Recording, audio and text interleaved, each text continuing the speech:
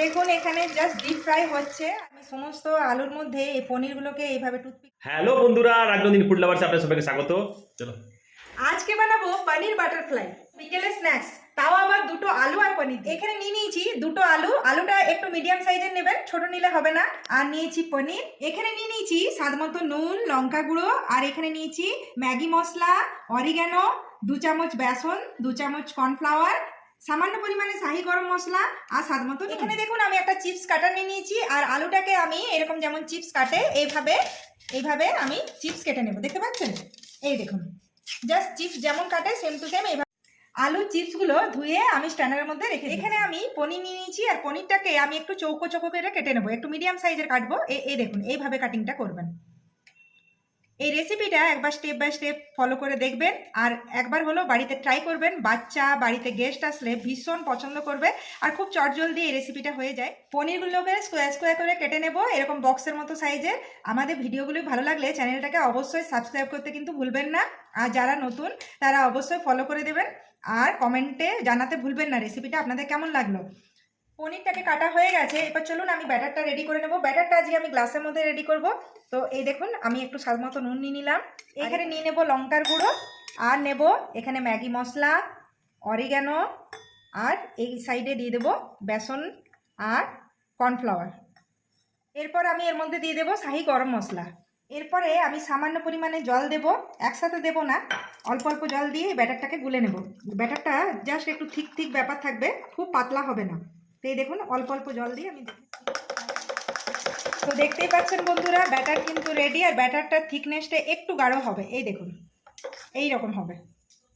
এখানে দেখুন আমি কয়েকটা টুথপিক নিয়ে নিয়েছি, আর এই কাটিং করা আলুটার মধ্যে আমি স্কোয়ার সাইজের পনিরটাকে নিয়ে নেব। পনিরটাকে নিয়ে হাতের সাহায্যে একটু চাপ দিয়ে, আর এইভাবে টুথপিকের সাহায্যে এরকম সাইড থেকে এই দেখুন এইভাবে এই পাশ থেকে ঢুকিয়ে আর ওই পাশে এই দেখুন বের করে নিলাম।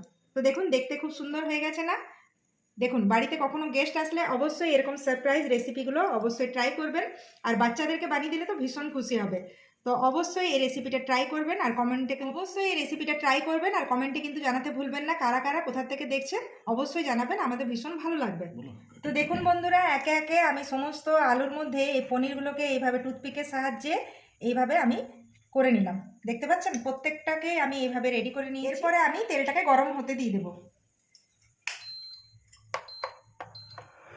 একদিকে তেল গরম হয়ে গেছে, ব্যাটারও রেডি, আর এর মধ্যে এবারে পনিরটাকে নেব, আর এইভাবে এই দেখুন ডিপ করব, ভালো করে ডিপ করে নেব, দিয়ে একটু ঝরিয়ে নেব, আর জাস্ট এই দেখুন গরম তেলের মধ্যে দিয়ে দেব।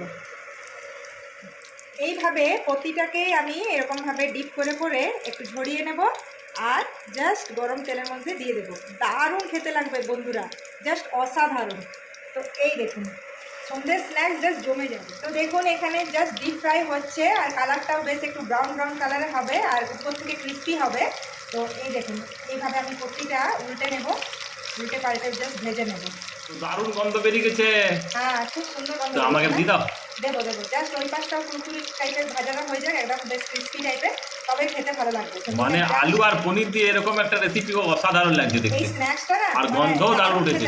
দারুণ, আর বাচ্চাদের তো ভীষণ পছন্দ হবে। কোনো বার্থডে পার্টি টাটি হলেও স্ন্যাক্স হিসাবে এটা কিন্তু, আর খুব সহজে হয়ে যায়, খুব কম পরিমাণে জিনিস, আর খুব সহজ হয়ে গেছে। এরপরে তুলে নেব। চলো আমাকে দিয়ে দাও। হ্যাঁ খেয়ে বলবে কেমন হয়েছে টেস্টটা। একদম একদম।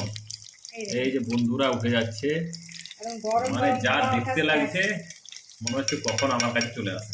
এক্ষুনি যাবে, দাঁড়াও। হয়ে গেছে রেডি? হ্যাঁ এর উপরে দিয়ে দেবো একটু সামান্য পরিমাণে অরিগ্যানো আর চাট মশলা। এই দেখুন বাহ, খুব সুন্দর ফ্লেভারটা আসবে। এই দেখুন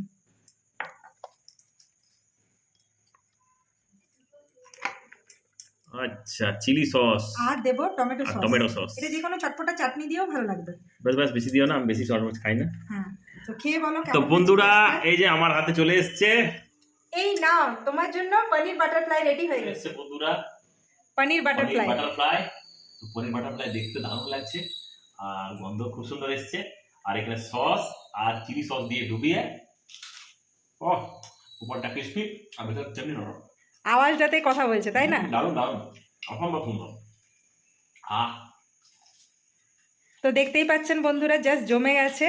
তো এই দেখুন ধোঁয়া ওঠা, অথচ বাইরেটা যথেষ্ট ক্রিস্পি থাকে। আর একবার না খেলে অবশ্য বন্ধুরা বুঝতে পারবে না। তো কি দারুণ অবশ্যই আপনারা এই রেসিপিটা ট্রাই করবেন। বাড়িতে গেস্ট এলেও ঝটপট করে রেডি হয়ে যাবে। কখনো বার্থডে পার্টি এসব থাকবে, কিটি পার্টি থাকবে, তখনও এটা ট্রাই করতে পারেন স্ন্যাক্স হিসাবে। আর বাচ্চাদের আবদার থাকলে তো জাস্ট জমেই যাবে। আলু সবার ঘরেই থাকে, আর পনির এনে জাস্ট ঝটপট করে এই রেসিপিটা ট্রাই করে নেবেন। বেশি ইনগ্রিডিয়েন্টসও লাগে না। তো আপনারাও এইভাবে বানান, ইউনিক ইউনিক খাবার, আর ফ্যামিলির সাথে প্রত্যেকটা মুহূর্ত এনজয় করতে থাকুন। আপনারা আমাদের চ্যানেলে চোখ রাখুন, আবার একটা নতুনত্ব ভিডিও নিয়ে আপনাদের কাছে নিয়ে আসছি।